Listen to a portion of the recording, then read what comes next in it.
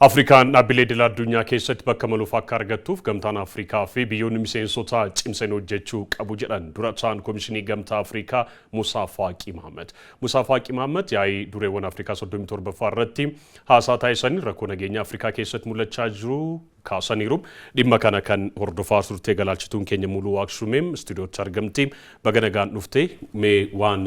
guyyaa irraa yaa'ii gamtaa Afrikaa waliin wal qabatee kaan irratti keessumattuu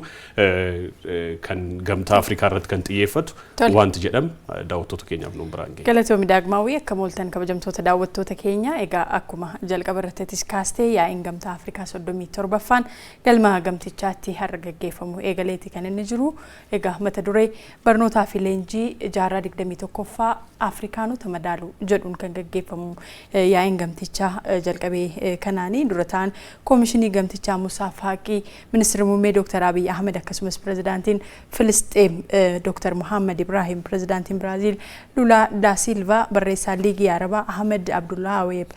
haasawa taasisaniiti kan jiranii kana keessa akkuma ati kaaste dura ta'an Komishinii Gamtaa Afrikaa Musaa Faaqii Mohammed haala rakkoo nageenyaa irratti xiyyeeffachuudhaan ture kan isaan bal'inaan haasaa taasisanii keessumaa Afrikaa cimtuu fi nagaa qabdu kan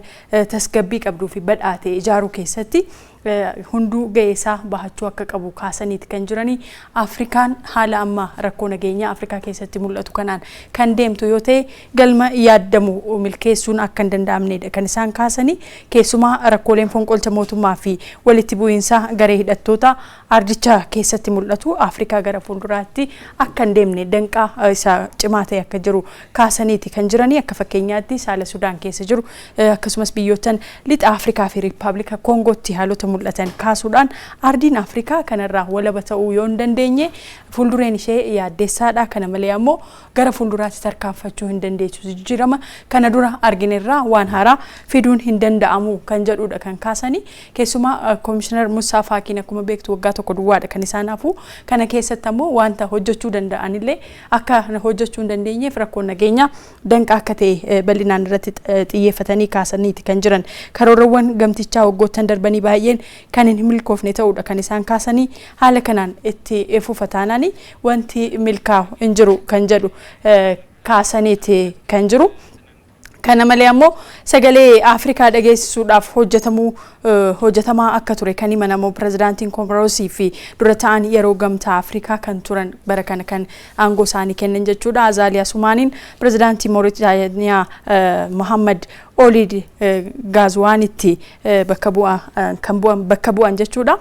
Dura ta'aa gamtaa Afrikaa 2023 kan turan egaa yaada isaan dabarsaniinis yaa'iin gamtaa Afrikaa 37ffaa kanarratti rakkoolee mudatan Afrikaan rakkoolee mudatan keessatti dhimmoonni Afrikaan hedduun waltajjiiwwan hedduu irratti dhiyaachaa turuudha kan isaan kaasanii keessumaa Afrikaan teessoo dhaabbii mana maree nageenyaa dhaabbata mootummoota gamtoomanii akka qabaatu sochiin jalqabame deeggarsa hedduu argachuudha kan isaan kaasan rakkoo nageenyaa ammallee ardicha qoraa jiru kan eeran Azaaliin gamtaan Afrikaa rakkinicha furuuf michuuwwan isaanii wajjin hojjechaa akka jirtus himaniiru ardichi carraawwan hedduu qabaachuu kaasanii carraawwan kanneen ammoo faayidaa lammiileef oolchuun barbaachisaa akka ta'e kaasaniiti kan jiranii egaa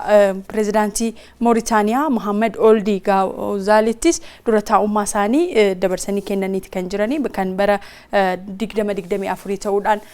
muudamaniiti kan jiran jechuudha. Odeeffannoowwan hafan ammoo galaalchaan keenya Naqaachoo Hayilamaariyaam daawwattoota keenyaan ga'a.